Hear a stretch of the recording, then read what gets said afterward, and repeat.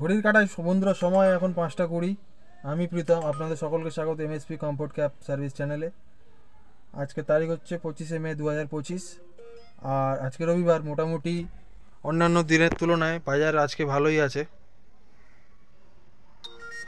ভালো এই কারণেই বলছি, কারণ অন্যান্য দিনের তুলনায় মোটামুটি রেটগুলো ভালোই দিচ্ছে উবের, যাত্রী সব কিছুতে। তো চলো অপেক্ষা করি প্রথম ট্রিপের জন্য। দেখা হচ্ছে প্রথম ট্রিপ পাওয়ার পর। বন্ধুরা, গতকালের মতন আজকেও কিন্তু পেয়ে গেছি একটা এয়ারপোর্টের ট্রিপ, আর টোটাল কাস্টমারের পিক আপ দেখলাম 1 কিলোমিটার। তো ফটাফট চলো কাস্টমারের লোকেশনে পৌঁছাই। এই ট্রিপটা কোনো মতে ক্যান্সেল করা যাবে না, তবে আজকে কিন্তু কালকে প্রথম ট্রিপের থেকে ভাড়া অনেকটাই বেটার আছে। চলো দেখা হচ্ছে এয়ারপোর্টে। সময় এখন 6টা 35, জাস্ট পৌঁছালাম এয়ারপোর্টে। আর এখন কাস্টমারের টোটাল ফেয়ার এসেছিল 766, আর আমার আর্নিং দিয়েছে 660 টাকা। চলো দেখি। ট্রিপ তো কন্টিনিউ দিচ্ছে, বাট এগুলো একটু ছোট ছোট। আমি চাইছি একটু বড় ট্রিপ নিয়ে বেরিয়ে যেতে। দেখা যাক কতক্ষণে নতুন ট্রিপ পাই। বন্ধুরা, এয়ারপোর্টে পার্কিংয়ে ঢোকার আগেই কিন্তু ট্রিপ পেয়ে গেছি যোধপুর পার্কের। আর ফেয়ারটা ঠিকঠাক আমি দেখতে পেলাম না, তবে যোধপুর পার্ক দেখে আমি ট্রিপটা অ্যাকসেপ্ট করে নিলাম। মনে হয় না খুব একটা ভালো ভাড়া হবে, তবুও চলো ট্রিপটা কমপ্লিট করি। কেন আজকে এমনি রবিবার আছে। রবিবার সাউথ সিটি মল, যোধপুর পার্ক, মানে ওই চত্বরটা কিন্তু হেভি জমজমাট থাকে, আর ভাড়াও ভালো থাকে। তো জাস্ট ওই জন্যই এয়ারপোর্ট থেকে আমি যোধপুর পার্কের ট্রিপটা নিয়ে নিলাম। এখন ঢুকছি পার্কিংয়ে, আর কাস্টমারকে পিক আপ করে যোধপুর পার্কে গিয়ে দেখা হচ্ছে। চলো। তো এখন বাজে 8টা, আর জাস্ট এয়ারপোর্ট থেকে যোধপুর পার্কের ট্রিপটা এসে কমপ্লিট করলাম। তো ফেয়ার দিয়েছে আমাকে টোটাল 438 টাকা। এটা অনলাইন পেমেন্ট ছিল। তো এখন একটু ডিভাইসটা অফ করে দাঁড়িয়ে আছি, কেন কিছু কথা বলার আছে, যেটা খুব জরুরি তোমাদেরকে জানানোর জন্য।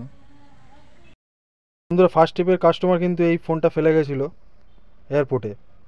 তো আমি তো যথারীতি এয়ারপোর্টে কাস্টমারকে ড্রপ করি, কাস্টমার আমাকে অনলাইন পেমেন্ট করে। পেমেন্ট করার পর তোমরা দেখেছো যে জাস্ট ড্রপ করার সঙ্গে সঙ্গে আমি যোধপুর পার্কের ট্রিপটা পেয়ে যাই। ডিপার্চার থেকে অ্যারাইভেলে আসি, কাস্টমারকে পিক আপ করি, মানে পরের কাস্টমারকে যাদেরকে যোধপুর পার্ক নিয়ে আসবো। পিক আপ করার পরেই ট্রলি ফলি সব লোড করি। লোড করার পরে পিছনের সিটে কাস্টমার ওঠার পরে এই মোবাইলটা পায়। যাই হোক, আমাদের যোধপুর পার্কের কাস্টমার যথেষ্ট কোঅপারেটিভ ছিল। মোটামুটি ধরে নাও 20 থেকে 25 মিনিট আমি আমি একা বলবো না, আমরা এয়ারপোর্টে অপেক্ষা করি, কন্ট্যাক্ট করার চেষ্টা করি সেই কাস্টমারকে যার মোবাইল ফেলে গেছে। যেহেতু এটা আজকে আমার প্রথম ট্রিপ, তাই আমি ইজিলি ট্রেস করতে পেরেছিলাম যে এটা ওনারই মোবাইল হবে। যাই হোক, 20-25 মিনিট ওয়েট করার পরে উবের সাপোর্টে অনেকবার চেষ্টা করার পরে কোনোভাবেই কাস্টমারের সঙ্গে সেই মুহূর্তে যোগাযোগ করতে পারিনি। বাধ্য হয়ে গাড়িটা এয়ারপোর্ট থেকে বার করলাম। বার করার পরে আমার একটা জিনিস মাথায় এলো যে ওই কাস্টমার কিন্তু আমাকে অনলাইন পেমেন্ট করে গেছিলো। তো সেই অনলাইন পেমেন্টের অ্যাপ থেকে ওনাকে একটা মেসেজ পাঠালাম যে আপনি আপনার হয়তো মোবাইল ফেলে গেছেন। আমার নাম্বার পাঠালাম ওনাকে মেসেজে। তারপরে উনি ক্রস করেন। তো তারপরে আপাতত কথা যেটা হয়েছে সেটা, ওনার বাড়িতেই আমি মোবাইলটা আবার পৌঁছে দেবো।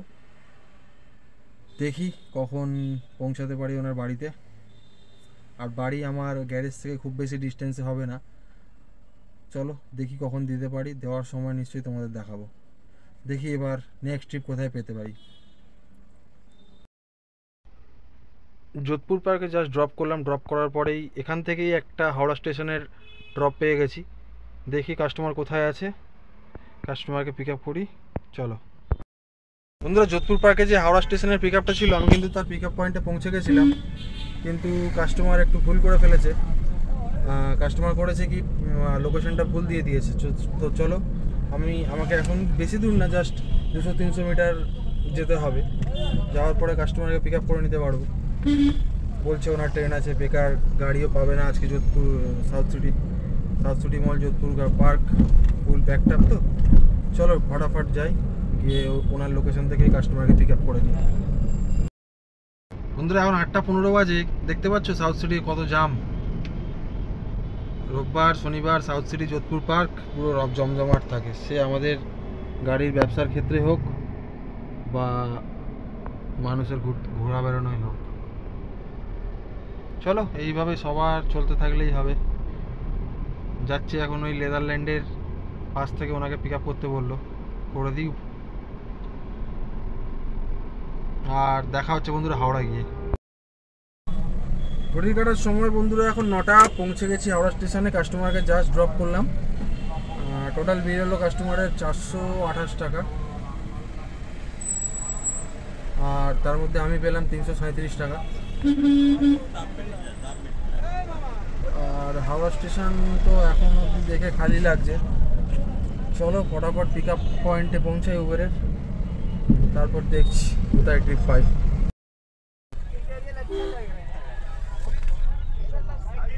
নিয়ে নিলাম উবেরের পার্কিং স্লিপ। উবেরের বলবো না, এটা হচ্ছে হাওড়া স্টেশনের পার্কিং স্লিপ, যেরকম এয়ারপোর্ট বা সব জায়গায় পার্কিংয়ের স্লিপ, পার্কিংয়ে ঢুকে তারপরেই পিক আপ করতে হয়, সেই রকম পার্কিং স্লিপ নিয়ে নিলাম। তো হাওড়া স্টেশনের চার্জেস হচ্ছে 2 ঘন্টায় 71 টাকা। হাওড়া স্টেশন থেকে আবার একটা বুকিং ধরে নিয়েছি টালিগঞ্জের। চলো কাস্টমারের জন্য ওয়েট করি। এখন আছি পার্কিং 2B-তে, কাস্টমার আসুক। হাওড়া স্টেশন থেকে পরপর 2টো ট্রিপ অ্যাকসেপ্ট করলাম, কিন্তু দুটোই কাস্টমার ক্যান্সেল করে দিল, জানি না কেন। এখনও ওয়েট করছি। সময় এখন 9:30। দুটোই মোটামুটি ট্রিপ ছিল। টালিগঞ্জের একটা ট্রিপ ছিল, একটা বালিগঞ্জের ট্রিপ ছিল, মানে গড়িয়াহাটের কাছে। তো দুটো ট্রিপই জানি না কাস্টমার ক্যান্সেল করে দিল। ওয়েট করি এখন পার্কিংয়ে, দেখি কোথায় ট্রিপ পাই। ইচ্ছা আছে আবার সাউথ সিটি বা যোধপুর পার্ক এই দিকটা পৌঁছানোর। চলো দেখা হচ্ছে নেক্সট ট্রিপ কমপ্লিট করার পর। আবার একটা ট্রিপ পেয়েছি হাওড়া থেকে, যেটা কিনা গড়িয়া যাবে। তো চলো দেখি এই কাস্টমারটাকে নিয়ে ট্রিপটা কমপ্লিট করতে পারি কিনা দেখি। চলো কাস্টমারকে খুঁজে নিয়ে আসি। সময় বন্ধুরা 10:30। জাস্ট হাওড়া স্টেশন থেকে পিক আপ করে কাস্টমারকে গীতাঞ্জলি মেট্রো স্টেশনের কাছে ড্রপ করলাম। তারপরে আর একটা ট্রিপ পেয়ে গেছি, যেটা কিনা এখান থেকে 1 কিলোমিটার দূরে, আর ড্রপ আছে কাস্টমারের নিউ আলিপুর। চলো ফটাফট কাস্টমারের লোকেশনে পৌঁছাই, আর কাস্টমারের করে পিক আপ পৌঁছাই নিউ আলিপুর। কাস্টমার অনেকক্ষণ ওয়েট করে দাঁড়িয়ে আছে। নিউ আলিপুরের ট্রিপটা জাস্ট কমপ্লিট করলাম। সময় এখন 11:03। কাস্টমারের টোটাল বিল এসেছিলো 220 টাকা। আমি কত টাকা পেয়েছি এখনও দেখতে পারিনি, কারণ ট্রিপটা কমপ্লিট হওয়ার আগেই একদম বাড়ির কাছে বলবো না, মোটামুটি বাড়ির কাছেই একটা ট্রিপ পেয়ে গেছি। তো ওই ট্রিপটা ফটাফট পিক আপ করছি। চলো এবারে ফাইনালি দেখা হবে একদম মোবাইলটা ফেরত দেওয়ার সময়। এখন 11:15। লাস্ট ট্রিপ জাস্ট কমপ্লিট করলাম। এক্ষুনি একটা বড় দুর্ঘটনার হাত থেকে বেঁচে গেলাম। তো একজন গাড়ি তুলছিল পার্কিংয়ে, অনেকটা ঢালুর রাস্তা ছিল, আর উঠে গেছিলো পুরোটা, আবার হঠাৎ করে গড়িয়ে ফেলে। প্রাইভেট ড্রাইভারদের আমি কি বলবো, আর কিছু বলার নেই। যাই হোক, এখন একটা জরুরি কাজ বাকি যেটা আছে, সেটা হচ্ছে আজকে আমাদের প্রথম ট্রিপে যে মোবাইলটা দাদা ফেলে গেছিলেন, ওনার মোবাইলটা বাড়িতে দিয়ে দেবো। আর কিছু লিগ্যাল প্রসেস আমার মাথায় যেটুকু এসছে সেটুকু কমপ্লিট করে রাখবো, কেন ভবিষ্যতে যাতে কোনো প্রবলেম না হয়। চলো মোবাইলটা ফেরত দিয়ে দিই। মোবাইলটা দাদাকে হ্যান্ড ওভার করে দিলাম। আর না, আমাদের যে হোয়াটসঅ্যাপ গ্রুপ আছে, হোয়াটসঅ্যাপ গ্রুপে আমাদের আপডেট দিতে হয় যে কোনো কিছু। অবশ্যই কিছু বলতে না, অসুবিধা কিছু না, আপনি যদি বলেন বলে দিন যে আমি মোবাইলটা পেয়ে গেছি। অবশ্যই মোবাইলটা পেয়ে গেছি। প্রীতম ভাই সত্যিই খুব ভালো, মানে ঠিক আছে, ওনার মতন ড্রাইভার, মানে এত ভালো ড্রাইভার। না ওরকম কিছু ব্যাপার না, এটা আমি করতে পারলাম আমার বাড়ির কাছে বলে, আমার কোনো অসুবিধা হলো না। এবার ধরুন যদি আমাকে 20-25 কিলোমিটার খালি আসে, তাহলে তো অবশ্যই তখন সবারই অসুবিধা হবে না। সেটাই, ঠিক আছে sir, good night, thank you. ঘড়ি কাটার সময় বন্ধুরা এখন 12টা। আর সব থেকে জরুরি কাজ যেটা ছিল সেটা হচ্ছে আজকে ডেটে মোবাইলটা ফেরত দেওয়া। তো মোবাইল আমি ফেরত দিয়ে দিয়েছি। আর যেটা করেছি সেটা হচ্ছে রিটেনে ওনার কাছ থেকে একটা অ্যাপ্লিকেশন আমি লিখিয়ে নিয়েছি কি মোবাইলটা আমি আজকেই ফেরত দিয়ে গেছি। আর রইলো আর্নিংয়ের কথা। তো আজকে টোটাল কাজ হয়েছে 2242 টাকার। চলো আজকের মতন গুড নাইট, দেখা হচ্ছে পরের ভিডিওতে। ততক্ষণের জন্য সবাই ভালো থেকো আর মন দিয়ে কাজ করো। দেখা হচ্ছে পরের ভিডিওতে।